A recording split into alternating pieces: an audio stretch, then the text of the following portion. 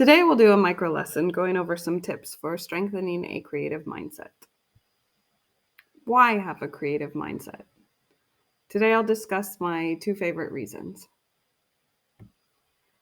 The first is thinking outside the box. This is essential for developing creative problem-solving skills. This is very important for work, but also in everyday life. Do you ever wonder why people find doing art or singing or dancing enjoyable? Getting the creative juices flowing has a relaxing effect on the mind. It feels good. For those interested in more information about the science behind what I mentioned, here are a couple articles that explore how you feel during creative tasks, and the link to how they can be beneficial for problem solving as well. Now to the fun part. Let's go over a couple ways to think creatively and some activities to practice it. The first recommendation I have is to remove barriers. You have three options. Is the glass half full, half empty, or refillable? Or does the glass have a diver in it, looking for pygmy seahorses? Or is there a whale shark in there? Or did it tip over and release me surfing sound waves in a galactic setting?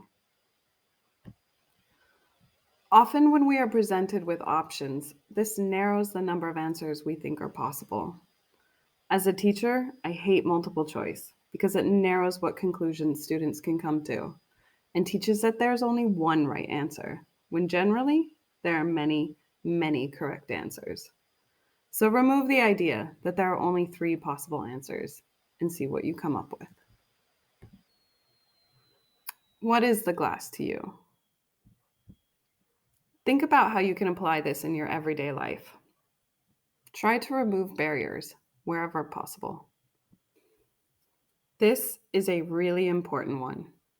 Make mistakes. Make them and learn from them. And this is how you achieve growth.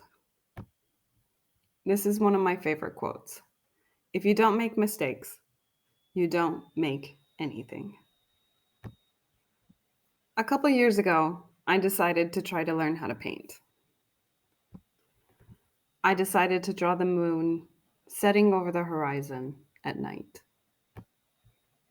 But when I tried to paint the moon, it ended up looking like the Death Star. I showed my friend and she replied, "That's no moon." We laughed for a very long time about this. Now it's your turn. This is how creativity works. You start somewhere, take a journey, and sometimes end up somewhere you could not even have imagined. But that's the fun part, the journey. Think of a time when you made a mistake, but in the end it turned out better, or at the very least, made you laugh. This leads to the next part. Have fun. I like chatting to little kids because they join in on my imaginative conversations. I tell them, this is a magical dragon. Her name is Zuzanbelli. She breathes dreams from outer space. That's why dreams are so odd. They pick up colors and experiences on the way down to earth, to your brain. And when you sleep, they settle over your head and allow you to see their story. Or I pull out a tiny imaginary dinosaur from my pocket, and together we make up stuff about its story. Today I decided to be a vegetarian, but it was rough because the other T-Rexes didn't understand why it wanted to be a vegetarian. Now you give it a try. Use this prompt or come up with something else, but the important part is to enjoy it. If you do not find this task enjoyable, then try something else that you do like. Sing different lyrics to songs, or just dance. To recap, a creative mindset has two pretty great outcomes.